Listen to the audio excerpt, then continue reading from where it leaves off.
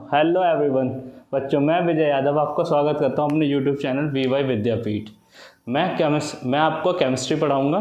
ठीक है, जैसे कि नया सेशन स्टार्ट हो गया है तो मैं आपको केमिस्ट्री पढ़ाऊंगा, आपकी तैयारी कराऊंगा नीट के लिए भी, जेई के लिए भी और 11th क्लास और 12th बोर्ड के लिए भी। ठीक है, तो जो मैं आज बेसिकली टॉपिक शुरू करने वाला हूँ वो है क्लास 11th का chapter number 5 according to NCERT, और उसका नाम है states of matter.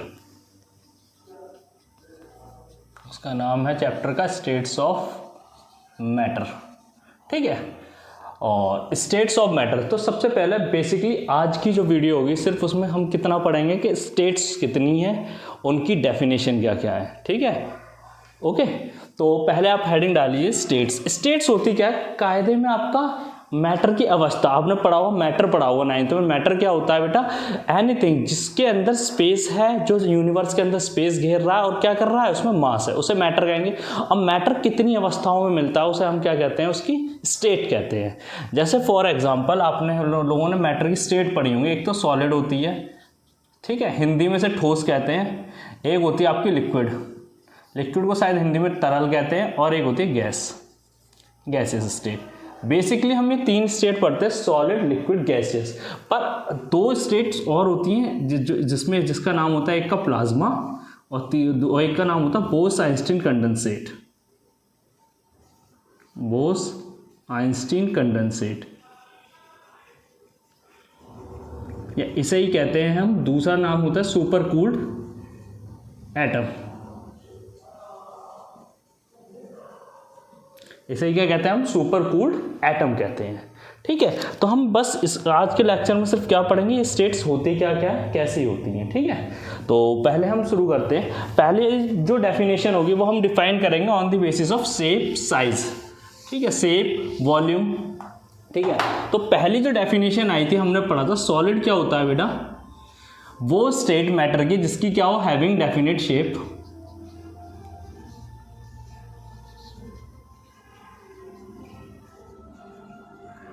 having definite shape and definite volume। क्या होता है? having definite shape and definite volume। फिर आते हैं लिक्विड स्टेट। लिक्विड स्टेट होती है, ये वो है स्टेट्स है मैटर की जिसकी डेफिनेट वॉल्यूम तो होता है पर डेफिनेट शेप नहीं होती। क्या होता है? डेफिनेट वॉल्यूम तो है but not definite shape.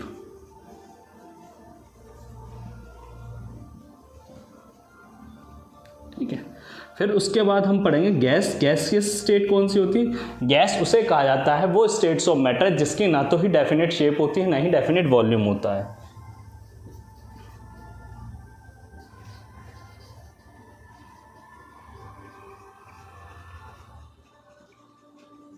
And no definite volume.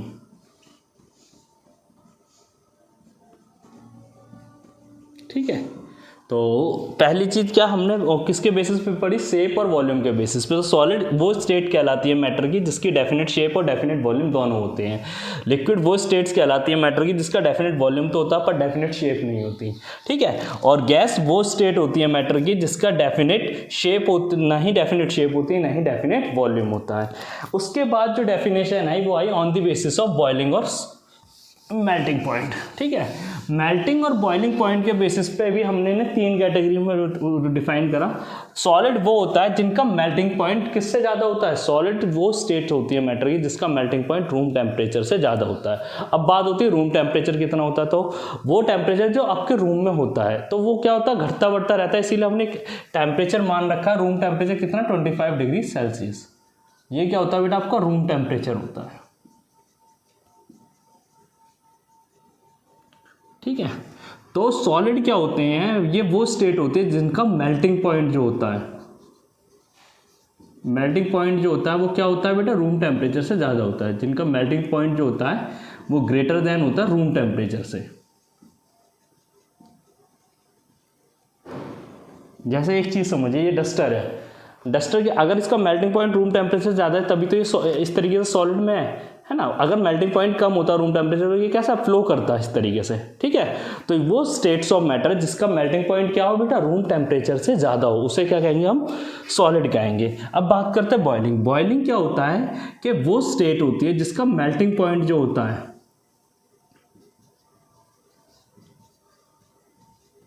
क्या होना चाहिए बेटा, रूम टेम्परेचर से कम होना चाहिए। क्या होना चाहिए, रूम टेम्परेचर से कम। और उसका जो बॉइलिंग पॉइंट है वो रूम टेम्परेचर से, वो मेल्टिंग पॉइंट रूम टेम्परेचर से कम होना चाहिए, और जो वो है क्या कहते हैं बॉइलिंग पॉइंट, वो रूम टेम्परेचर से क्या होना चाहिए, ज़्यादा। बॉइलिंग पॉइंट रूम टेम्परेचर से क्या होना चाहिए, ज़्यादा होना चाहिए। उस स्टेट को हम क्या कहते हैं, लिक्विड कहते हैं। लिक्विड कौन सी स्टेट होती है जिसका मेल्टिंग पॉइंट तो रूम टेम्परेचर से कम हो और बॉइलिंग पॉइंट क्या, रूम टेम्परेचर ज़्यादा। इसीलिए क्या होता है, मेल्ट कर मतलब फ्लो तो करे, अगर बॉइलिंग पॉइंट कम हो गया रूम टेम्परेचर तो क्या हो, वो तुरंत गैस में कन्वर्ट हो जाएगा, तो लिक्विड तो बनेगा ही नहीं। इसीलिए क्या होता है कि बॉइलिंग पॉइंट रूम टेम्परेचर से ज़्यादा हो और मेल्टिंग पॉइंट रूम टेम्परेचर से कम हो। ठीक है। उसके बाद गैस क्या होती है, ये वो स्टेट होती है जिसका बॉइलिंग पॉइंट ही रूम टेम्परेचर से कम होता है। क्या होता है, बॉइलिंग पॉइंट क्या हो, रूम टेम्परेचर से कम हो। इसी वजह से क्या होगा, सारी की सारा लिक्विड किस में कन्वर्ट हो जाएगा, गैस में कन्वर्ट हो जाएगा, वेपर्स में कन्वर्ट होकर गैस बना लेगा। तो वो स्टेट जिसका room temperature boiling, room temperature से बॉइलिंग पॉइंट कम हो से कहते हैं हम गैस। तो हमने अभी डेफिनेशन किसके बेसिस पे पहले पढ़ी, शेप और वॉल्यूम के बेसिस पे। सॉलिड वो स्टेट होती है जिसका डेफिनेट शेप और डेफिनेट वॉल्यूम होता है। लिक्विड वो स्टेट होती है जिसका डेफिनेट वॉल्यूम तो होता है बट डेफिनेट शेप नहीं होती। और गैस ना ही डेफिनेट शेप ना ही डेफिनेट वॉल्यूम। उसके बाद हमने पढ़ी definition on the basis of melting and boiling point. वो कायदे में स्टेट्स, सॉलिड वो स्टेट होती है मैटर की जहाँ पे मेल्टिंग पॉइंट जो होता है वो क्या हो, रूम टेम्परेचर ज़्यादा हो, ताकि वो रूम टेम्परेचर पे मेल्ट ना हो, फ्लो ना करे। ठीक है। फिर हमने पढ़ी लिक्विड। लिक्विड वो स्टेट होती है मैटर की जहाँ पे जो मेल्टिंग पॉइंट होता है वो तो रूम टेम्परेचर से कम रहे, ताकि रूम टेम्परेचर वो क्या करे, फ्लो करता रहे, लेकिन बॉइलिंग पॉइंट ज़्यादा रहे। ठीक है।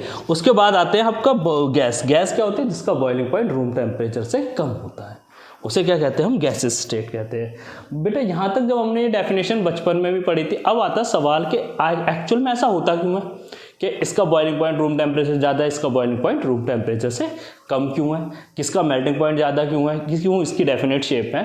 तो इन सब को डिफाइन करने के लिए हमने दो टर्म डिफाइन करी, एक इंटरमोलिकुलर फोर्स और दूसरी थर्मल एनर्जी। तो अब हम पढ़ेंगे डेफिनेशन इनकी on the basis of intermolecular force और थर्मल एनर्जी। तो सबसे पहली टर्म आता है आपका intermolecular force.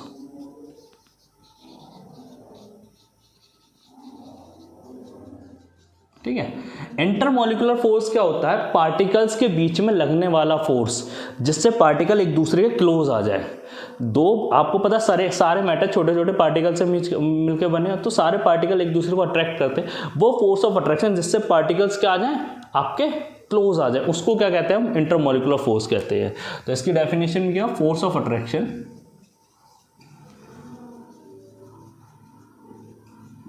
Between particles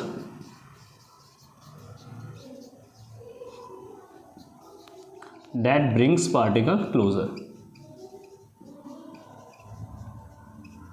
that brings particle closer।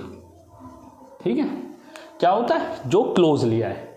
उसके बाद तो दूसरी टर्म हमें डिफाइन करनी है, वो करनी है थर्मल एनर्जी।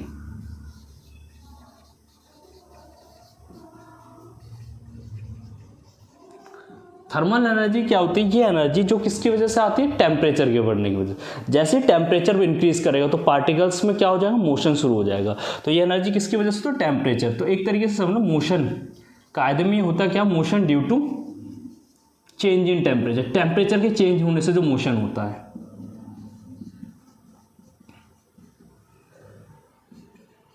उसे क्या कहते हैं हम, थर्मल एनर्जी। कायदे एक चीज समझना, काइनेटिक एनर्जी और थर्मल एनर्जी दोनों ही डिफरेंट होती हैं। काइनेटिक एनर्जी क्या होती है, जब पार्टिकल मूव करता है, जैसे मूव करेगा तो उसमें कौन सी एनर्जी आ जाएगी, काइनेटिक एनर्जी। ठीक है। लेकिन ये एनर्जी होती है टेम्परेचर से। टेम्परेचर जैसे ही बढ़ेगा तो पार्टिकल्स क्या करने लगेंगे, वाइब्रेशन करने लगेंगे, वाइब्रेट करके इधर उधर अपनी मीन पोजीशन से इधर उधर भागने लगेंगे। ठीक है। इसको कहते हैं हम थर्मल एनर्जी। ठीक है। तो आई होप आपको ये दोनों चीज़ समझ में। अब इन्हीं के बेसिस पर हम क्या करेंगे, तीनों स्टेट्स को डिफाइन करेंगे। तो पहली डाल लीजिए सॉलिड। सॉलिड क्या होती है, ये वो स्टेट है मैटर की जहां पे इंटरमोलिकुलर फोर्स तो बहुत हाई हो। क्या हो, इंटरमोलिकुलर फोर्स क्या हो, फोर्स तो बहुत ही हाई हो, इस हाई, और थर्मल एनर्जी क्या हो, नेग्लिजिबल, क्या हो, नेग्लिजिबल। ठीक है, इंटरमॉलिक्यूलर फोर्स हाई हो, थर्मल एनर्जी क्या हो, नेग्लिजिबल, जिस वजह से क्या होगा, जो पार्टिकल्स है, जैसे ये एक पार्टिकल है, ये पार्टिकल्स क्या आ जाएंगे, एक दूसरे के पास आते चले जाएंगे, इस तरीके से पास आते चले जाएंगे, और क्या होगा, इनके बीच में कोई भी स्पेस नहीं बचेगा ज़्यादा। ठीक है, इस तरीके से। तो क्या होगा, जिस वजह से क्या होता है, इंटरमॉलिक्यूलर फोर्स की वजह से पार्टिकल इतने पास आ जाते हैं, वेल पैक्ड हो जाते हैं। वेल पैक्ड की वजह से क्या होगा, इधर उधर मूव नहीं कर पाएंगे, बट वाइब्रेट करते हैं। बेटा ये याद रखना, मोशन नहीं करते बट वाइब्रेट करते हैं अपनी मीन पोजीशन पे, but vibrate about their mean position.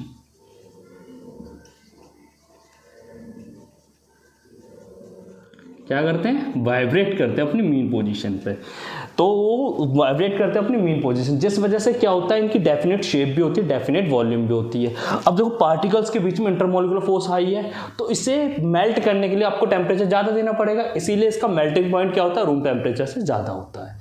तो सॉलिड क्या होती है, ये वो स्टेट होती है मैटर की जिसमें इंटरमॉलिक्यूलर फोर्स हाई होता है और थर्मल एनर्जी नेग्लिजिबल होती है।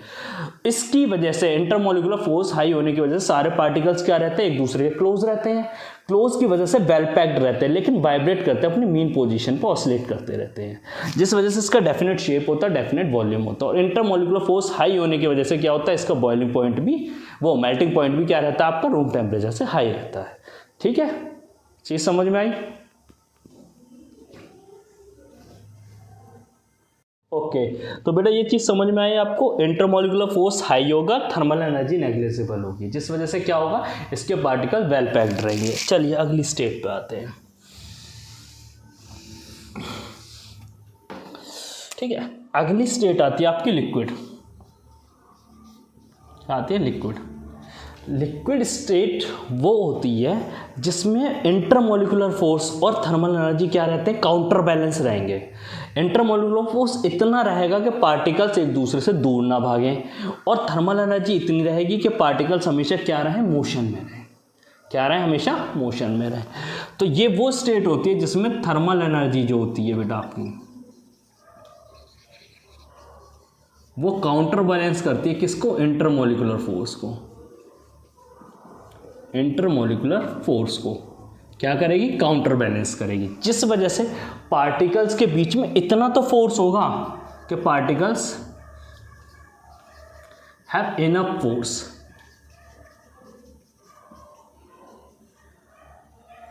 Enough force of attraction. ठीक है, इतना फोर्स ऑफ अट्रैक्शन तो होगा कि वो क्या रहे, क्लोज रहे, इनफ फोर्स ऑफ अट्रैक्शन जो क्या करेगा, इन्हें क्लोज रखेगा। ठीक है, और थर्मल एनर्जी भी इतनी होगी कि क्या रहेगी, जिस वजह से ये मोशन में रहेंगे। इसीलिए क्या होता है, थर्मल एनर्जी भी क्या रहेगी, थर्मल एनर्जी ने क्या रखेगी, मोशन में रखेगी, कंटिन्यूस इन मोशन। इसीलिए क्या होता है, लिक्विड स्टेट में आपने देखा पार्टिकल दूर दूर तो नहीं भागते, पर क्या रहता है, हमेशा फ्लो। इसी वजह से इनमें क्या टेंडेंसी आती है, फ्लूइडिटी। फ्लूइडिटी क्या होती है, बहना, फ्लो करना, उसे क्या कहता है, फ्लूइडिटी। इसीलिए क्या होता है, इनका डेफिनेट शेप नहीं हो पाती, पर डेफिनेट वॉल्यूम हो जाता है। क्या होता है, डेफिनेट वॉल्यूम रहता है, डेफिनेट शेप नहीं रहती। अब देखो, इंटरमॉलिक्यूलर फोर्स क्या हो गया, कम हो गया। इसी वजह से क्या होता है, इनका जो बॉइलिंग मेल्टिंग पॉइंट होता है वो रूम टेम्परेचर से कम होता है। इसीलिए रूम टेम्परेचर पे कैसे फ्लूइडिटी की कंडीशन में रहते हैं, लेकिन बॉइलिंग पॉइंट हाई हो जाता है। क्यों, इंटरमॉलिक्यूलर फोर्स इतना होता है कि इनके पार्टिकल्स को दूर नहीं जाने देता। ठीक है, तो मैंने क्या बताया, लिक्विड स्टेट कौन सी होती है, ये वो स्टेट है मैटर की जहां पे thermal energy is counter balance bye intermolecular force. Okay, तो हमने क्या पढ़ा कि थर्मल एनर्जी काउंटर बैलेंस करती है, इसी वजह से क्या होता है, इनका डेफिनेट वॉल्यूम तो हो जाता है पर डेफिनेट शेप नहीं हो पाती। डेफिनेट शेप क्यों नहीं, क्योंकि पार्टिकल मोशन में रहते हैं। ठीक है, ओके, चलिए अब आगे करते हैं हम गैसेस स्टेट। गैसेस स्टेट वो होती है जहाँ पे क्या होता है, थर्मल एनर्जी बहुत हाई रहती है। थर्मल एनर्जी क्या रहती है, बहुत high, thermal energy is high, और इंटरमॉलिक्यूलर फोर्स जो होता है बेटा वो क्या रहता है बेटा, नेग्लिजिबल। ठीक है, इंटरमोलिकुलर फोर्स क्या रहता है, नेग्लिजिबल, जिस वजह से क्या होता है, इसका एक पार्टिकल तो यहाँ होता है, एक पार्टिकल यहाँ होता है, एक यहाँ पे होता है। अब इनके बीच में जब कोई फोर्स ही नहीं है तो क्या इन्हें हल्का सा हीट करने पे ये दूर दूर भाग जाएंगे, इसीलिए क्या होता है, इनका बॉइलिंग पॉइंट और melting point, boiling point room temperature से कम होता है, तुरंत क्या रह जाते हैं, वेपर्स बन जाते हैं। और आईएमएफ थर्मल एनर्जी हाई होने की वजह से क्या होता है, मॉलिक्यूल जब पास में रहेंगे नहीं तो डेफिनेट शेप भी नहीं आती, नहीं डेफिनेट वॉल्यूम आता।